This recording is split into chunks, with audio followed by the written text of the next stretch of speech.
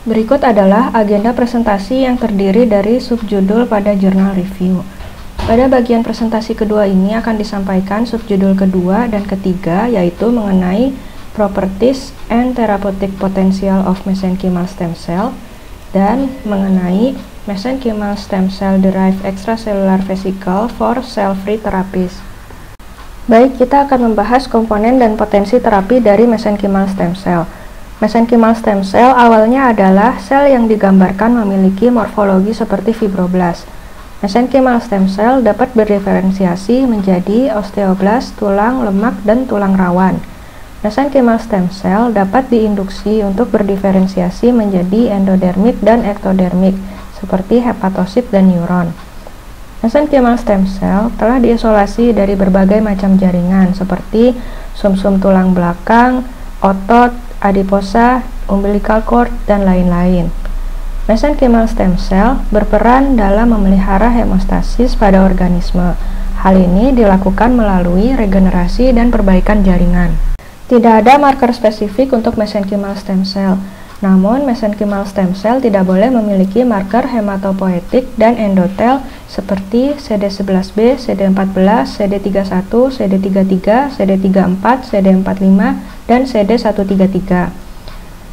Menurut International Society for Cellular Therapy atau disingkat ISCT, didefinisikan syarat minimum untuk mesenchymal stem cell, yaitu 1. Sel harus bersifat dapat menempel pada plastik dalam kondisi standar. 2. Sel harus mengekspresikan CD73, CD90, dan CD105. Yang ketiga, sel tidak boleh mengekspresikan CD11B, CD14, CD19, CD34, CD45, CD79A, dan HLA-DR. Yang keempat, sel harus dapat berdiferensiasi menjadi osteoblast, adiposit, atau chondrosit secara in vitro. Mesenchymal stem cell memiliki potensi untuk aplikasi terapi karena 1. Dapat diisolasi dengan mudah dan dikembangbiakan secara in vitro. 2. Dapat disimpan beku setelah isolasi tanpa mengurangi potensi terapi. 3. Mengandung molekul MHC kelas 1 dan 2 dalam jumlah sedang dan rendah sehingga bersifat hypoimmunogenik. 4. Dapat diberikan melalui intravena untuk mencapai jaringan yang rusak melalui aliran darah.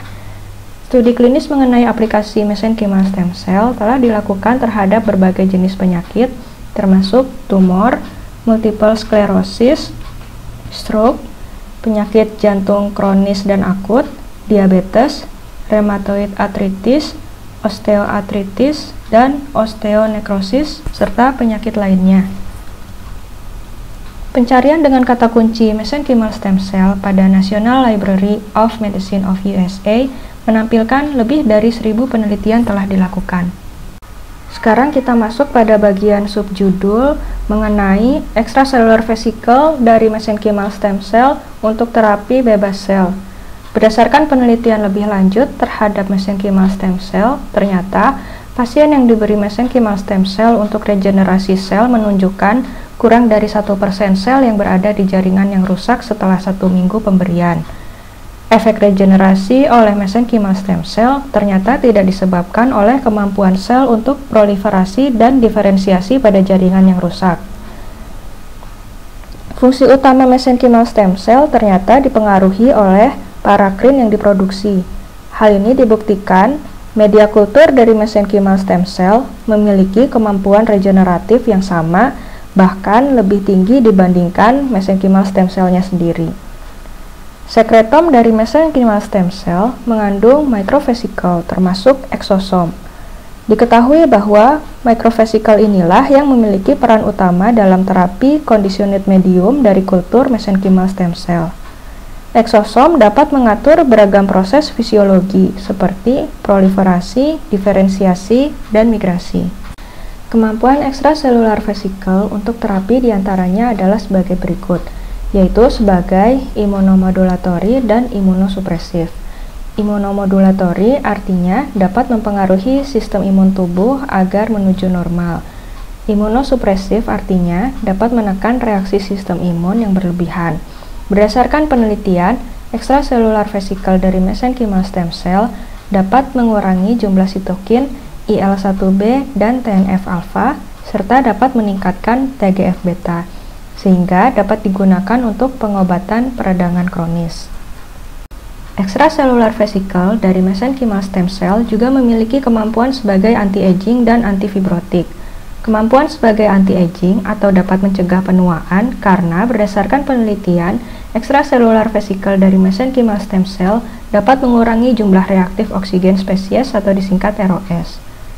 Kemudian, sebagai antifibrotik artinya dapat mencegah terjadinya fibrosis atau terbentuknya jaringan parut, sehingga dapat diaplikasikan untuk mengobati fibrosis pada liver, jantung, paru, dan kulit. Kelebihan extracellular vesicle untuk aplikasi terapi diantaranya adalah 1. Dapat diisolasi kemudian disimpan pada suhu rendah, misalnya pada suhu minus 80 derajat Celcius. 2. Zat aktifnya tersimpan dalam bentuk enkapsulasi dan terjaga dari degradasi secara in vivo. 3. Bersifat relatif stabil. 4. Dapat diinjeksi secara intravena sehingga dapat mencapai lokasi yang jauh. Karena extracellular vesicle berukuran kecil sehingga dapat bersirkulasi dengan mudah, sedangkan mesenchymal stem cell berukuran terlalu besar sehingga mungkin mengalami kesulitan untuk beredar melalui kapiler yang tipis. 5. Dapat melalui blood-brain barrier. 6. Mengurangi resiko yang tidak diinginkan seperti penolakan imun, diferensiasi sel, atau pembentukan tumor. Saat ini diperkirakan ada lebih dari 200 uji praklinis extracellular vesicle menggunakan hewan coba terhadap berbagai jenis penyakit. Di antaranya adalah sebagai berikut. Pada review ini, aplikasi extracellular vesicle untuk terapi difokuskan pada pengobatan luka kronis. Extracellular vesicle dari mesenchymal stem cell dapat digunakan untuk pengobatan luka kronis karena bersifat dapat mempercepat penyembuhan luka kulit dan mengurangi bekas luka. Sumber extracellular vesicle dari mesenchymal stem cell diantaranya adalah sebagai berikut. Uji klinis menggunakan extracellular vesicle dari mesenchymal stem cell pada website clinicaltrials.gov menunjukkan ada 7 pengujian, yaitu sebagai berikut. Kandungan extracellular vesicle dari mesenchymal stem cell bergantung pada sumber sel dan kondisi saat dilakukan kultur. Jenis mesenchymal stem cell sebagai sumber extracellular vesicle diantaranya adalah dari sumsum tulang belakang, dari lemak, dan dari tali plasenta. Kondisi kultur hipoksia akan menghasilkan eksosom yang memiliki banyak peran pada angiogenik, regenerasi, dan imunomodulasi. Bentuk kultur juga mempengaruhi kandungan extracellular vesicle. Sebagai contoh, mesenchymal stem cell amnion dalam kondisi agregat menghasilkan faktor angiogenik dan imunosupresan yang lebih banyak dibandingkan yang ditumbuhkan secara monolayer. Selanjutnya, rekayasa sel, contohnya dengan melakukan overekspresi MIR30B pada mesenchymal stem cell dapat meningkatkan kapasitas angiogenik dari eksosom. Kemudian, mesenchymal stem cell yang diberikan faktor penginduksi respon imun saat dilakukan kultur, contohnya pemberian IFN gamma dan TNF-alfa, akan menghasilkan extracellular vesicle yang banyak mengandung faktor imunomodulasi. Hal ini ketika diaplikasikan dapat mengarahkan diferensiasi makrofag M1 yang bersifat proinflamasi menjadi makrofag M2 yang bersifat antiinflamasi. Oleh karena itu, sekretom dipengaruhi oleh microenvironment, fisiologis, dan kondisi pertumbuhannya.